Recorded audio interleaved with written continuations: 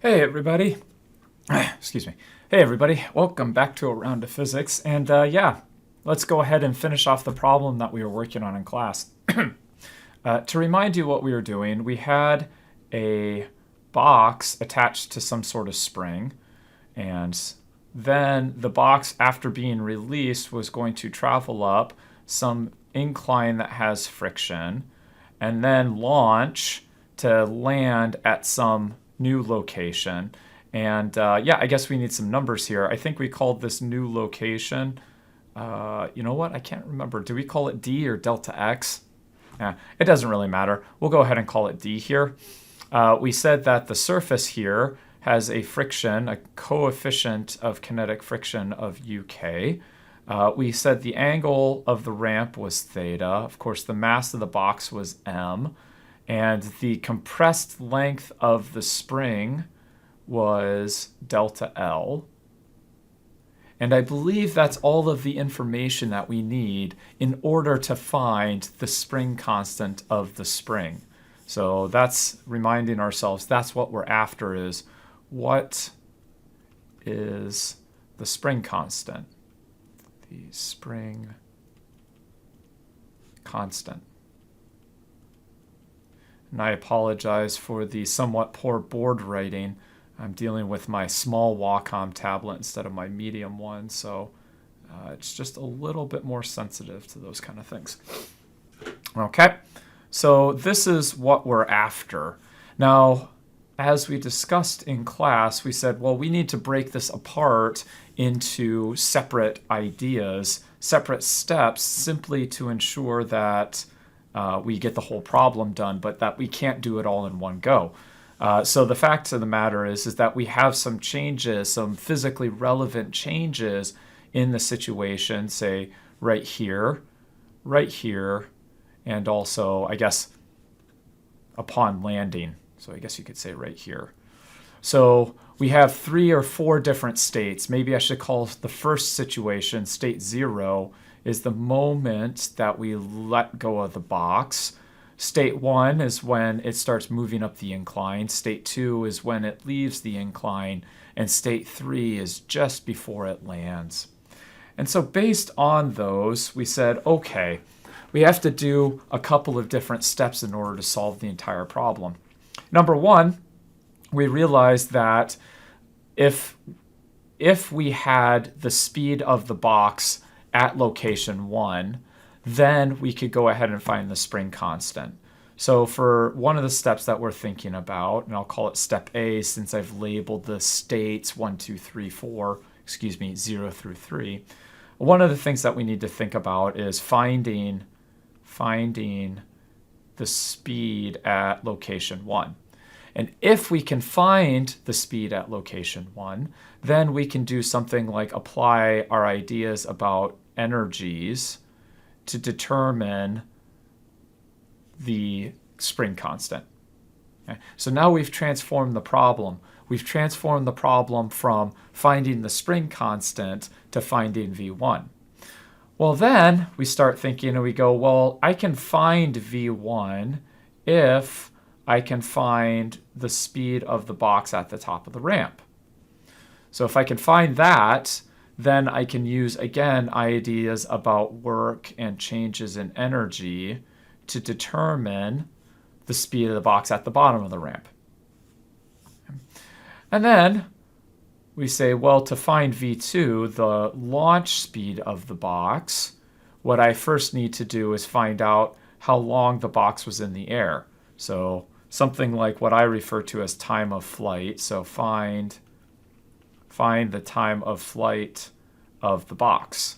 And how we're going to do that is, since it's in projectile motion, if it's in free fall, the acceleration is constant, and therefore we can do something like apply our kinematics ideas.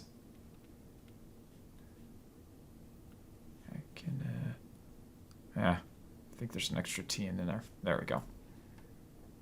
Okay, so now we have some sort of idea about how we're going to approach this problem.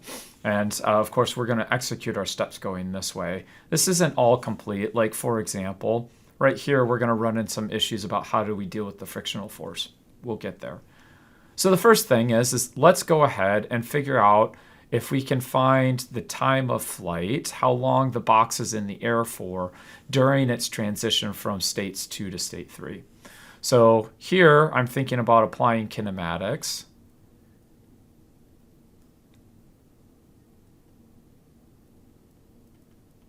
And I'm choosing my initial state to be state 2, location 2, and my final is location 3. It's always good to specify that. And while we're at it, I have essentially the entire figure drawn over here to the left, but I'll go ahead and just draw a figure to the right. Okay, so we have this kind of thing. Oh, yes. Well, now we see a piece of information that we included in lecture that I forgot to include here. We're going to need the height of the ramp. We're going to need that sucker, h.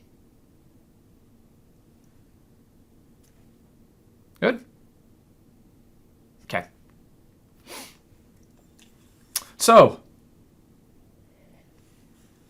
if I go through and I start looking at stuff, we find out that it's always good to kind of write everything down. We know we want to apply kinematics, and I know from experience we're going to want to use the y direction to get the time of flight, and then we can start looking at the x direction in order to figure out how fast it's moving horizontally, and then we can go back and find out how fast it's moving vertically and figure everything out from there. So it's always good to just list everything. So I have x naught equals, and I'll go ahead and set my origin for this part of the problem. I'll go ahead and set it right beneath the launch point and parallel to the ground. So in that case, I can say x is 0, and I have my initial y value is the height of the ramp. Okay. I can say that my initial speed in the x direction, well, bearing in mind I have the angle of the ramp, and that angle stays the same, so I launch at an angle of theta. So I can think of this as being v, the total speed, v naught, times cosine of theta. Okay. And similarly, I can think of the initial speed in the y direction as being the speed of the box times sine of theta. Of course, acceleration in the x direction, we're going to call 0. We're going to ignore air resistance. And the acceleration in the y direction, we have, well, since I called up positive, I'll go ahead and call it negative g. Okay. Remember g standing for 9.81 meters per second squared. Now for the final state, I'll write that over here. We have x final. We said we don't know the well, we haven't been given a numeric value, but we know that that is represented by d. Okay, so if it helps you, you can think, okay, well, that has some value to it. Over here, I have y, and I've hit the edge of my writing panel. Give me just a second here. Let's go ahead and bring up the Wacom stuff.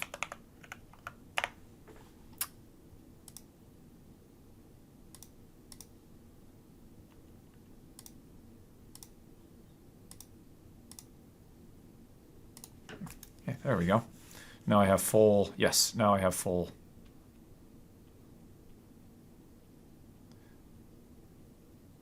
So x final is equal to d. We'll say that y final, since we're on the ground, is equal to 0. Okay.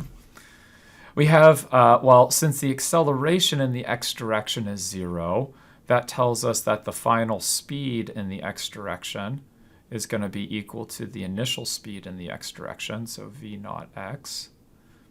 And the final speed in the y direction, we have no idea. It hits the ground, but we're looking at the moment right before it hits the ground.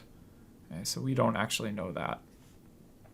Similarly, the last thing that we are missing here, since we have 5 quantities, the last thing we're missing is the time. We don't know how long it is in the air for. Okay? Well, now we're off and running like a bale of turtles. Let's go ahead. Since I have a lot of information, I have a lot of information from my y direction, we are going to use that to find the time of flight. So considering the y direction, okay, You notice I don't know the landing speed and I don't know the time. So I will go ahead and then choose the equation that doesn't have landing speed in it, the speed right before it hits. And I go through and look at the kinematics, and that's this guy. Delta y is equal to v naught in the y direction t plus 1/2 at squared. Okay. Now let's go ahead and substitute in stuff. So we have delta y. Well, my final, and this is something I always forget. I always forget this. I end up putting in positive values. But no, I end up at a height of 0. And I start from a height of h. So we have that. Okay. And then here we have v naught sine of theta times t minus 1/2 gt squared. And already you can hear groans, right? Because the issue here is that I need to solve for t. I want the time of flight. And so I can move the h over to the other side, and I'll go ahead and rearrange everything else. What I have is negative 1/2 gt squared plus v naught sine of t, sine theta of t plus h. Okay. In fact, I'm going to go ahead and get rid of that 1/2 just for the sake of the matter. We're going to have to apply the quadratic formula, and sometimes it's easier just to get rid of the fractions so we don't have to worry about all those compound fractions. So you can think of this is gt squared minus 2v naught sine of theta t minus 2h. There we go. Of course, if we launch horizontally, theta would be equal to 0.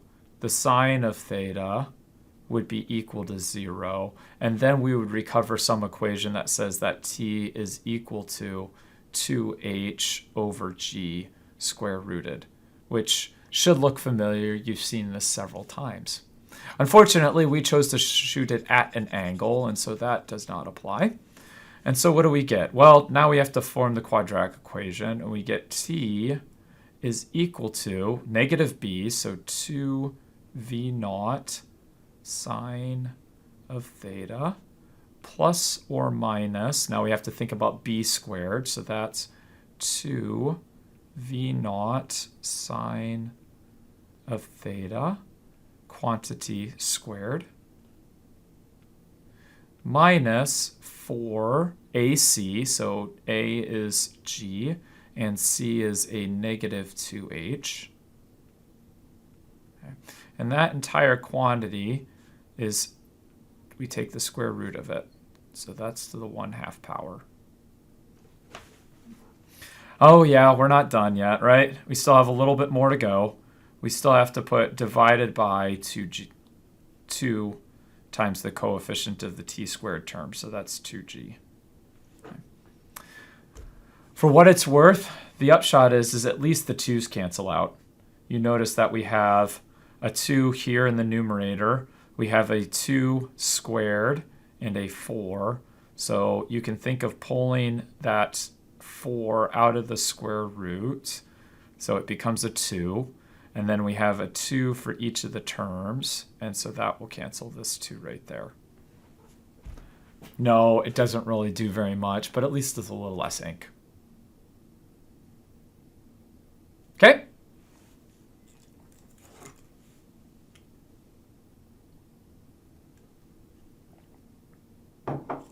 Well, now we have the time of flight as a function of the initial velocity. Alrighty then. Let's go ahead. We need to do a second substitution now.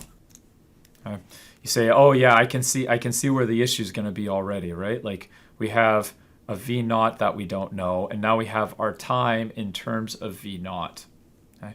So the second substitution, or the second equation that we need to go to, is looking at the x direction. So the x dir. Okay. And here, let's assume that we have an expression for time now. And so here what we have is we would like to find out the initial speed of the object given the displacement and not, I guess you could say, not knowing the final velocity. So again, we're going to come over to this equation. Delta x is equal to v naught xt plus 1/2 ax t squared. Okay.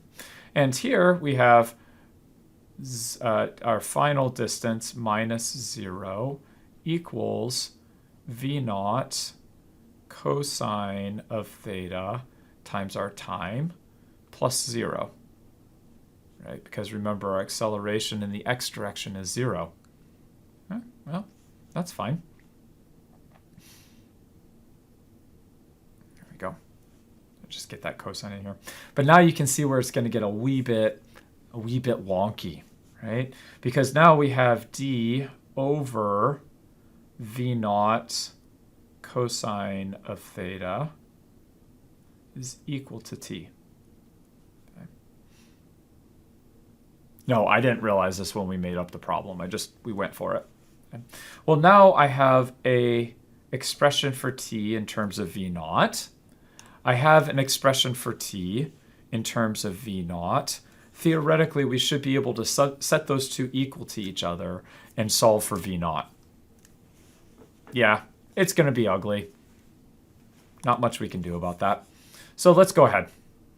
Now, please bear in mind, math is... physics is over. We are just doing math here. So v naught cosine of theta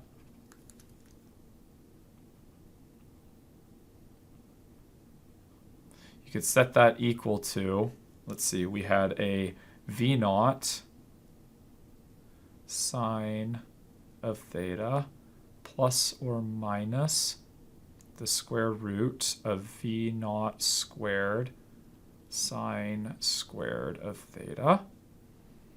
Now let's think. We had the 4 moved out and we had a minus minus. So I think we have a plus 2gh 1/2 all divided by g. Let's double check that. V naught sine theta plus or minus. Yep, yeah. Notice the minus and the minus cancel out, so we get 2gh. Yep. Now we have to solve this rigmarole for, unfortunately, that's probably not a great choice, but we have to solve this rigmarole for v naught. Okay. Now, I don't know if it's beneficial to actually do this in variable form or not. That my gut tells me no, but I mean, I guess we could do it just for sake of seeing it being done. It's all up to you. I guess we can do it real fast. So we have dg. Actually, no, we have a value for theta, don't we? Okay. I was just making sure. I mean, I don't want to end up with some sort of transcendental equation, something that you can't solve analytically. But I think here we should be able to solve it. This would be equal to v naught sine of theta plus or minus v naught squared sine of theta plus, oops, excuse me, that's a squared. Boy, this small Wacom just doesn't have the resolution, doesn't write nearly as nicely as my medium one. I'll have to remember that for the next time I do one of these.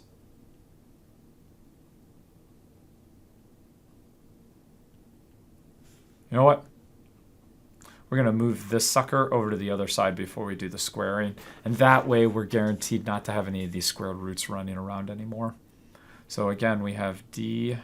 You know what? We're going to multiply through by this sucker too. So what we're going to get is something like dg minus v naught squared sine theta cosine of theta equals plus or minus v naught cos of theta times rigmarole.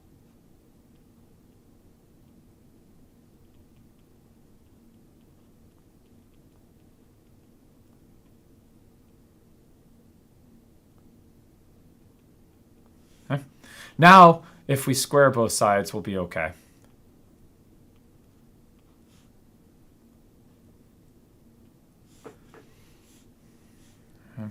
So you can imagine you're going to get something raised to the power of 4 here. You're going to get dg quantity squared minus 2dg v naught squared sine theta cosine of theta plus v naught to the 4th sine of theta squared cosine of squared of theta plus, oh, no, that's it. Got carried away there.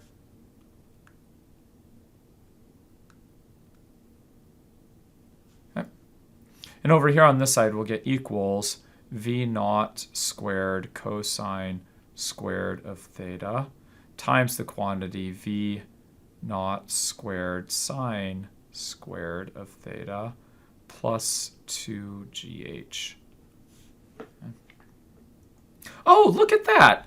Ain't that a nice? You see what happens? We have this v to the 4th sine squared cosine squared, and we're going to get v to the 4th sine squared cosine squared. So those at least cancel out. So I think that's always good news, that we won't have to reapply another quadratic, I don't think. I don't know. This is me getting my hopes up. Okay. And we get dg squared minus 2dg v naught squared sine theta cosine of theta equals, and we have this v naught cosine squared, v naught squared cosine squared of theta times 2gh. Well, that's not so bad. I thought that we were going to have a tough time on this, right? So let's get the terms of v naught squared over on one side. So we get our distance it travels times g quantity squared equals v naught squared. Nope, there's nothing really better to do here.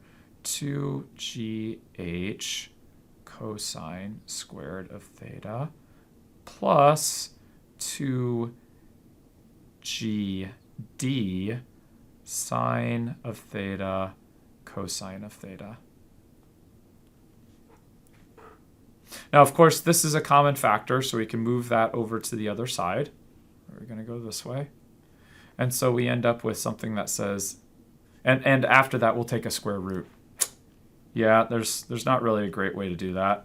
What I'll do is I'll say dg divided by the quantity. I'll put this in symbols here. We have 2g times h cosine squared of theta plus d sine of theta cos of theta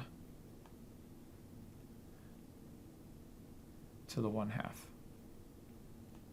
And that all equals v naught. Now, I apologize, I'm thinking naught, but remember we defined the initial state of the system as being v2. Okay. So here is, given d, the distance that the box travels, and given h, here, and the launch angle, here is the expression. We'll box that for later use. Here is the expression that gives me v2, the speed at location 2. Okay. Maybe I should put it this way. I'll say launch speed.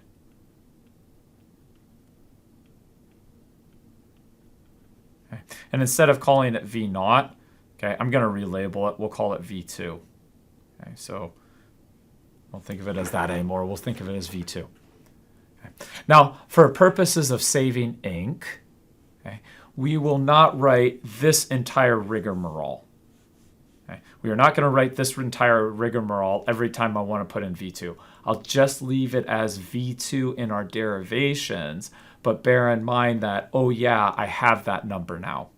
That's the key. All right? So we'll keep going. So now I have v2.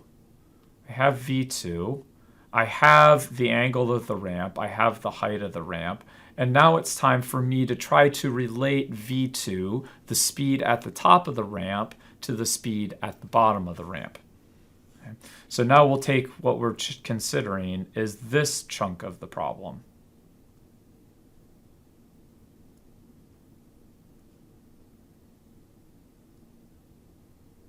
Okay, and let's not forget, oh yes, we also have the frictional coefficient.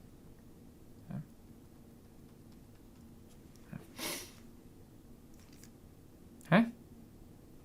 Okay. Well, I think a good approach here, at least for practice purposes, yes, you could go ahead and do like a forces and find the accelerations and then do a 1D kinematics to relate everything together.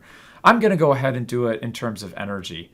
So if I do it in terms of energy, I need to define a system, a surroundings, an initial, and a final state.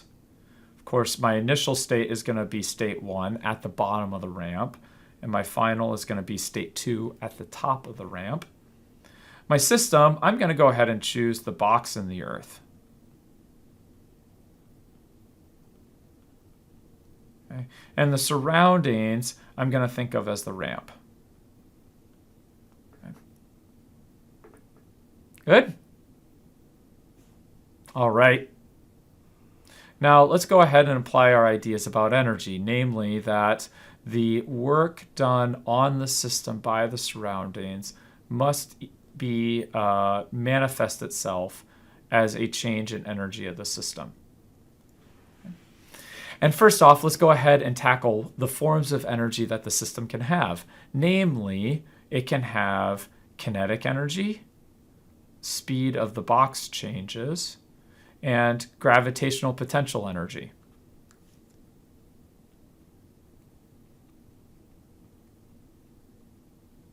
And we'll do the one close to the surface of the Earth. Over on the left-hand side, we can start thinking about the box and the forces acting on it due to the ramp. And we recognize very quickly that the normal force is perpendicular to the ramp.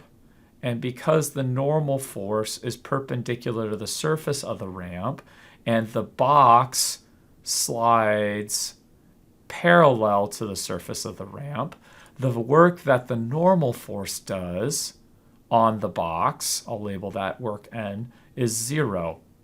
And as I said, because the normal force is perpendicular to the displacement of the box. But the frictional force, we notice, is not. Okay? The frictional force acting on the box will be pointing down the ramp, FR. Okay? The displacement of the box is up the ramp, as I've drawn here. Perhaps I should have done that in a different color. I apologize. So much easier when you have a chalkboard. Okay. And because of that, the work that the frictional force will do will end up being negative, less than 0, or in opposite directions. So we'll come back here.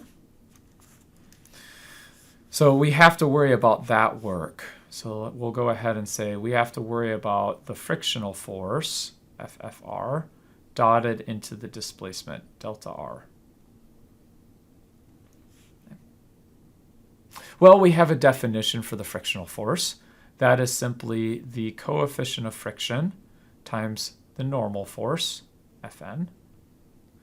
And we'll say dotted into the displacement. Okay. And we'll go ahead and consider positive to be this direction, going up the ramp.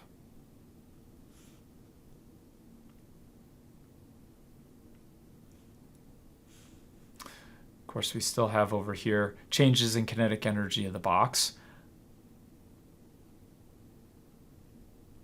And here I'll actually remember, I'll put V2 squared minus V1 squared. Right? V2 is our final state, V1 is our initial state.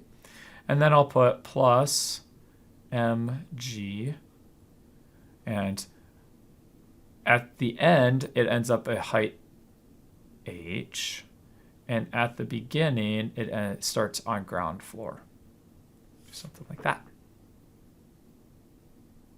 Well, we've already done, we have to find the normal force of the ramp on the box, but we've already done those kind of problems before. If the ramp is angled and the normal force is perpendicular, Fn, okay, our gravitational force is down, acting on the box.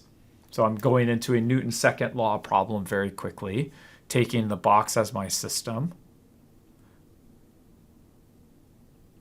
and the earth and the ramp as my surroundings. Okay. And we do our little magic. We know that the ramp is at an angle theta, which corresponds to this angle on my diagram. And so we very quickly arrive at the idea that the normal force is equal to the gravitational force times the cosine of theta. Now we need that if we want to talk about the work. So we have mu times mg cosine of theta. We have to figure out what our displacement is, which direction that is. Okay. And to get that direction, again, or well, I shouldn't say direction, how far, we have a physical triangle where we want to know the hypotenuse, the length of the hypotenuse, and we know h and theta. You say, aha, it's got to be sine. So we have sine of theta is equal to h over delta r. And therefore, if I come back to my derivation, delta r is equal to the quantity h divided by sine of theta. Right? Okay. And over here again, we have 1/2 m v2 squared minus v1 squared plus mgh. Huh. Fascinating. Right? You notice that's interesting. Masses still cancel. Huh. I wasn't expecting that. I have to, oh, excuse me. I'll have to ask myself later if that, it's interesting.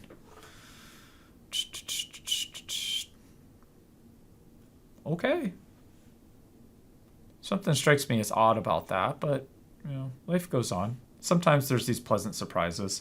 Also, shows you that I didn't actually work the problem in advance. This is how I would go at it too. Well, at the end of the day, we need to get a expression for v1. So let me go ahead and move v1 over to the left side to get rid of the negative sign. And I'll move this rigmarole. Notice, although it's an ugly expression, it contains everything that we already know. We know the frictional coefficient, we know the angle, we know how high the ramp is. So although ugly, we know all of those values. Why don't I go ahead and multiply 2 just to get rid of this fraction? Partially because I don't like fractions and partially because me writing the fraction just looks messy. So moving v1 over to the other side, I have something that says something like v1 squared, okay, equals, well, I have the v2 squared here, so I have v2 squared plus 2gh. Remember, I multiplied everything by 2 to get rid of that 1/2.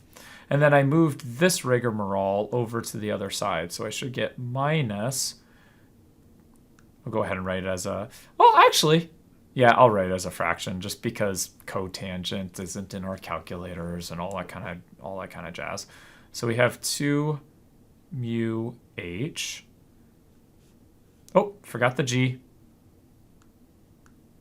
Gn, right? Mu g h. Okay, and then I'll go ahead and combine the sine and cosine, and I can write that as tangent.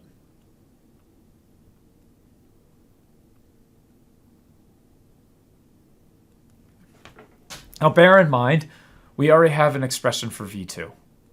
Right? I keep reminding you about that. So voila, if we take the square root of rigmarole, we have now an expression for V1 in terms of V2. You know what? I made a mistake. You can see it, can't you?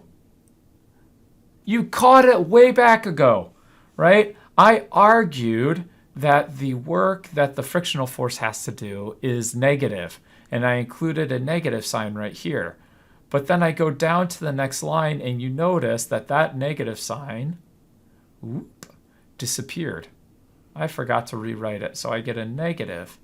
So then when I move rigmarole over to the other side of the equation, I should have a positive sign right here. This should be a positive. Oh, no. Oh, it's gone forever. Oh. Well, that's unfortunate. I got a little overzealous with my erasing. This should be a positive sign. And in some sense, you can kind of see that has to be the case. V1 has to be large enough. Actually, this is V1 squared. This has to be large enough not only to account for the energy of the box's motion at the top of the ramp, it also has to account for the increase in gravitational potential. That's the second term. And originally, I just had a minus sign here, which means it doesn't have to account for the energy that is lost to the surroundings. So that's what tipped me off, right? This also has to be a positive sign.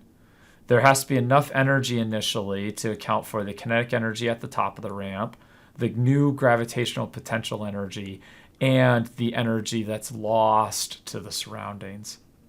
Okay.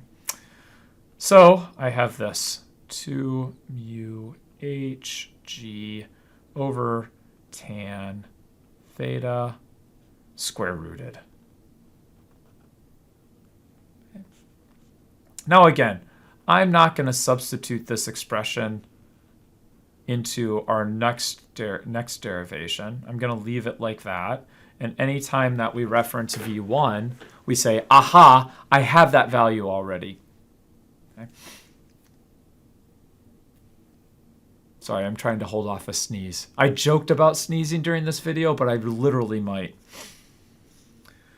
Now let's attack the first part of the problem. The first part of the problem, we said, aha, we have a spring and a box that has been compressed some distance delta L.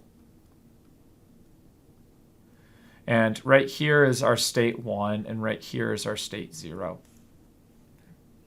Well, now we're home free. We did not put friction. This is a frictionless surface, and so we are home free, almost there. Okay.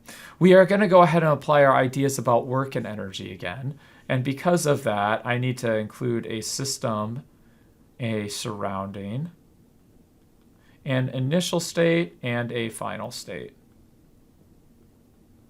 Okay.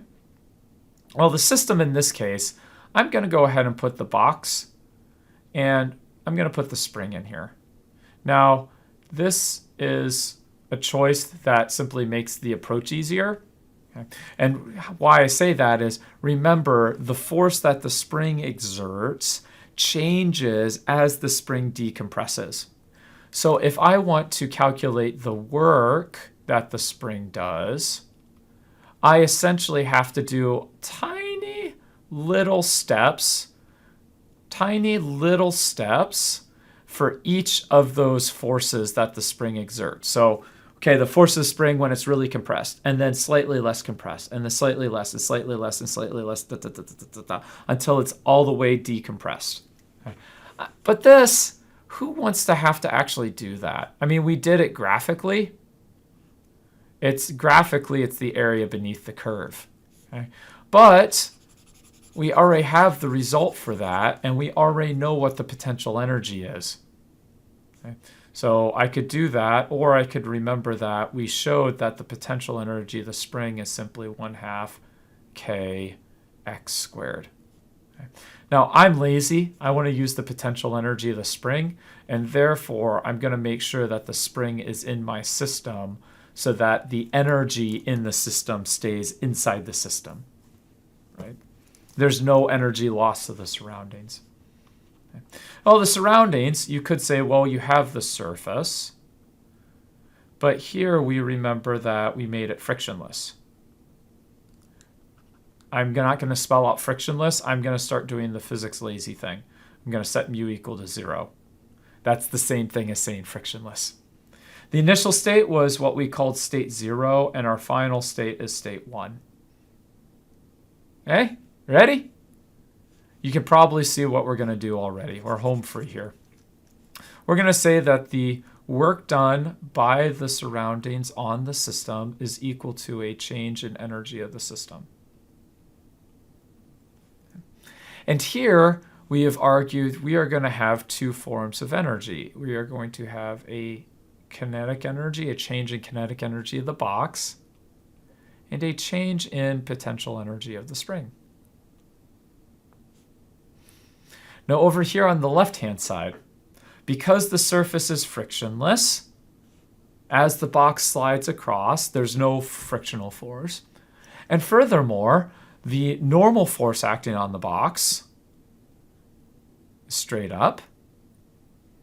The gravitational force acting on the box, I guess I should put Earth in here too. I completely forgot about Earth.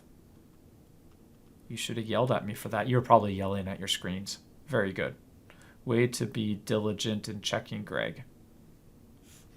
Gravitational force is down. The normal force is up. And the displacement of the box is perpendicular to both of those. And so we do not need to worry about the work that either gravity or the normal force does because it's 0, right? They're perpendicular, and so they do no work on our system. Well, let's go at it then. We have a change in kinetic energy of our system, M, and I'll say V final is state 1 minus V naught, plus we have the potential energy stored in the spring, what I called here, excuse me. Now at the final state, the spring is fully decompressed, and initially it's compressed by a distance L. Called it delta L. Oh, we started the box off at rest. Don't forget, we released the box. So at the initial state for the box, it is also at 0. Go ahead and do that. Oh, goody goody. You notice that both terms have a 1/2, so I can multiply everything by 2 to get rid of that. And so at the end of the day, we have something that says 0 is equal to mv1 squared minus k delta L squared.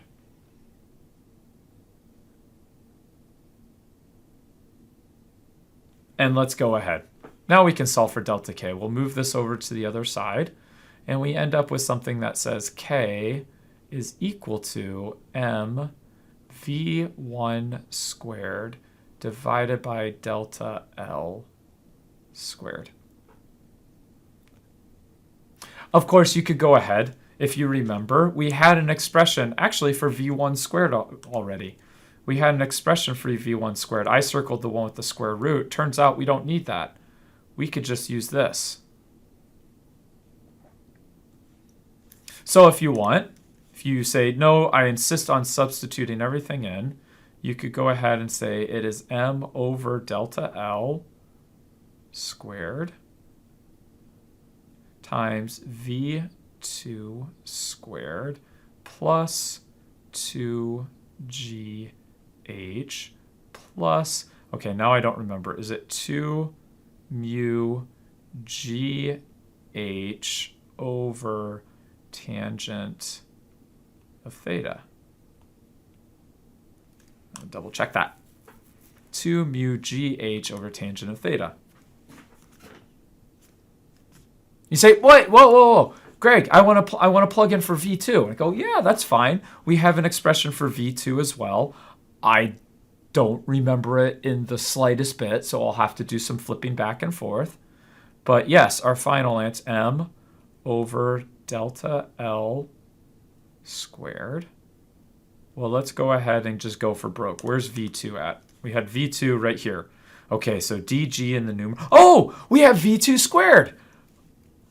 Right? So I don't actually need this term I've boxed in. The one that I really need, well, imagine squaring everything. Okay, I was going to go up here, but I realized that I don't have it simplified. So yeah, okay.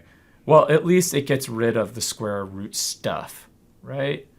So I'll go ahead. So we have something that says, okay, well, this is dg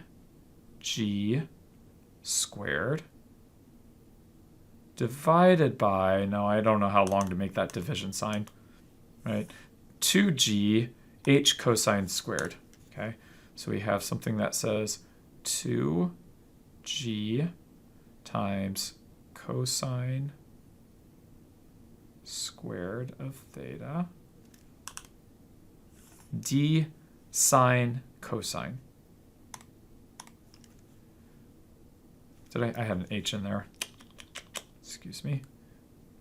2g times the quantity h cosine squared plus the d sine cos. Right, and close the quantity. There we go. Yep, looks like I got everything. And then plus 2gh plus 2 mu gh over tan of theta. There you go. Ta-da!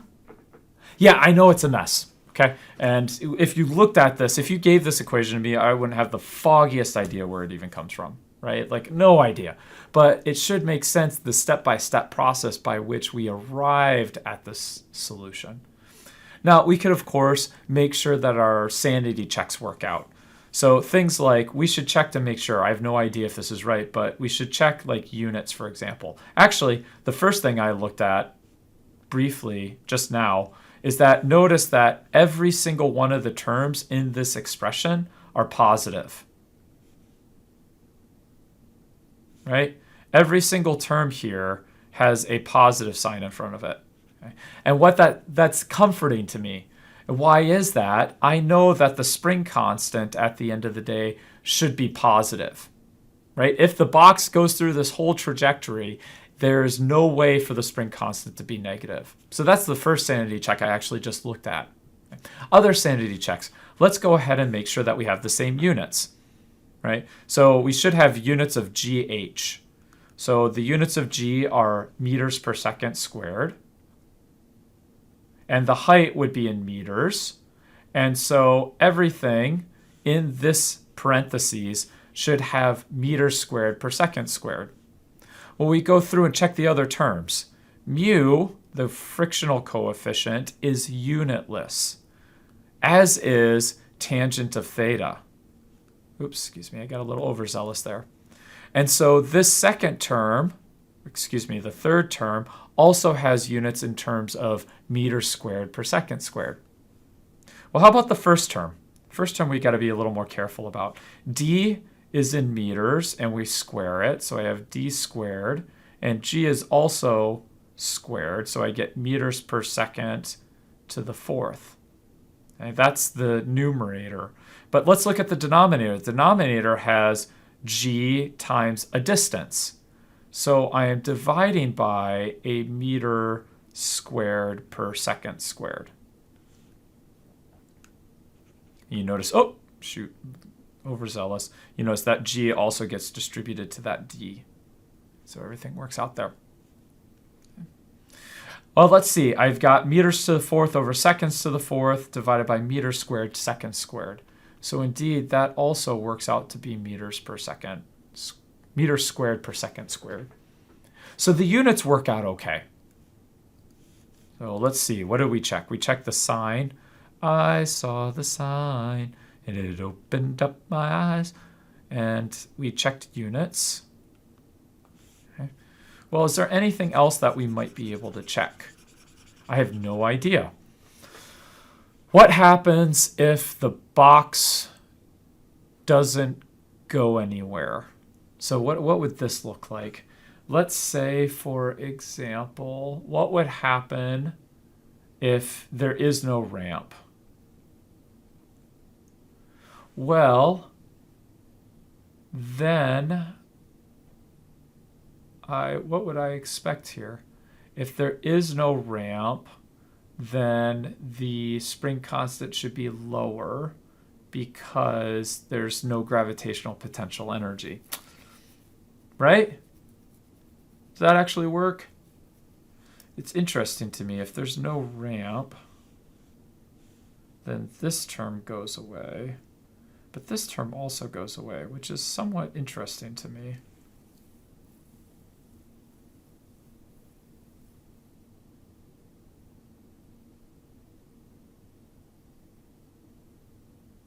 Yes, that's right. Okay, I'll buy it. Right? I was thinking, hey, it's weird that the second term goes away, but we have to remember that the length of the ramp, the hypotenuse of the triangle, we defined using the trig function and using h. But if h goes to 0, that means that the displacement of my box up the ramp also goes to 0. And so my friction stuff should also disappear. Okay, this makes sense. And so what we get at the end of the day is that the only thing that the box has to worry about, well, let's see here. No, if h goes to 0, that means d should also go to 0, right? Because there's nothing for the box to launch off of in order to land. So our spring constant shouldn't go to 0, though.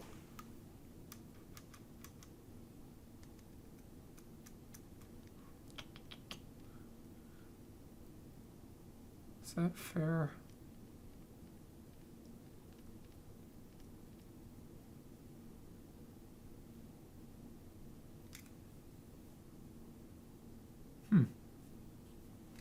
Think about that. Perhaps h equals 0 is not the best sanity check, because it makes me want to say that d goes to 0, which means, oh no, that's okay. If h goes to 0, that means that d must go to 0 because there's no launch, right, off the ramp. But if d goes to 0, that means that your spring constant, you don't need a spring constant. In other words, you don't have to have any energy stored in the spring in order to get the box to go up the ramp, right? So that's why the spring constant ends up being 0. Okay, I'll buy it. I was also wondering what happens if it's a brick wall, right? What happens if you have the spring and you fire it just straight off into a brick wall? In other words, if theta is equal to 90, it seems to me that it doesn't matter how strong the spring is, the box will never actually launch off the ramp, right? It's just like bam, bam, right? Well, do we actually see that? The math should protect us. And indeed, you see it does. Cosine of 90 is, yeah, good. Cosine of 90 is 0. Okay. Well, cosine of 90 is also 0. So we all of a sudden get a division by 0 in this first term, which is never a good thing, right? Same thing, tangent of 0 is 0. Excuse me, tangent is 0. Tangent of 90 is, well, technically it's undefined, right? It shoots up to infinity. Well, I guess it goes up to infinity. Tangent is sine theta over cosine theta. And when theta is equal to 90, the tangent function ends up shooting up to infinity. Okay. But the thing I'm looking at is right here. Is cosine of 90 degrees goes to 0. Now think of the limit as theta goes to 90. So it doesn't reach 90, but you can think of the limit. And in the limit, that means that the spring, this first term, gets infinitely large. And because that first term gets infinitely large, what that means is that the spring constant would have to get infinitely large. Of course, you know that that's not physically possible. It's not possible to have an infinite spring constant. And so what that tells you is it doesn't matter how large the spring constant is, the block never goes up the ramp, which that's what we expect, 90-degree wall. Lastly, of course, I said, tangent blows up to infinity, so this third term goes away completely. It just disappears, which is not important for our current discussion whatsoever. So I'm gaining confidence. I mean, there's a couple of sanity checks here that I'm gaining confidence that that this indeed is giving us the relationship that at least seems reasonable. So in any case, I think that's all I have for this problem. Now, again, yes, it's a little messy, but there's parts that you've seen before, and we're just putting them together in a larger overall context, a bigger problem. So, hey, thanks for your attention. I'm sorry, I'm not editing the sucker. It's just going out straight as is. Phone calls, mess ups, everything. If need be, you can play it back at 2 times speed, and I won't know the difference. So hopefully you find it helpful. Thanks for your attention if you last this long. I'll see you soon.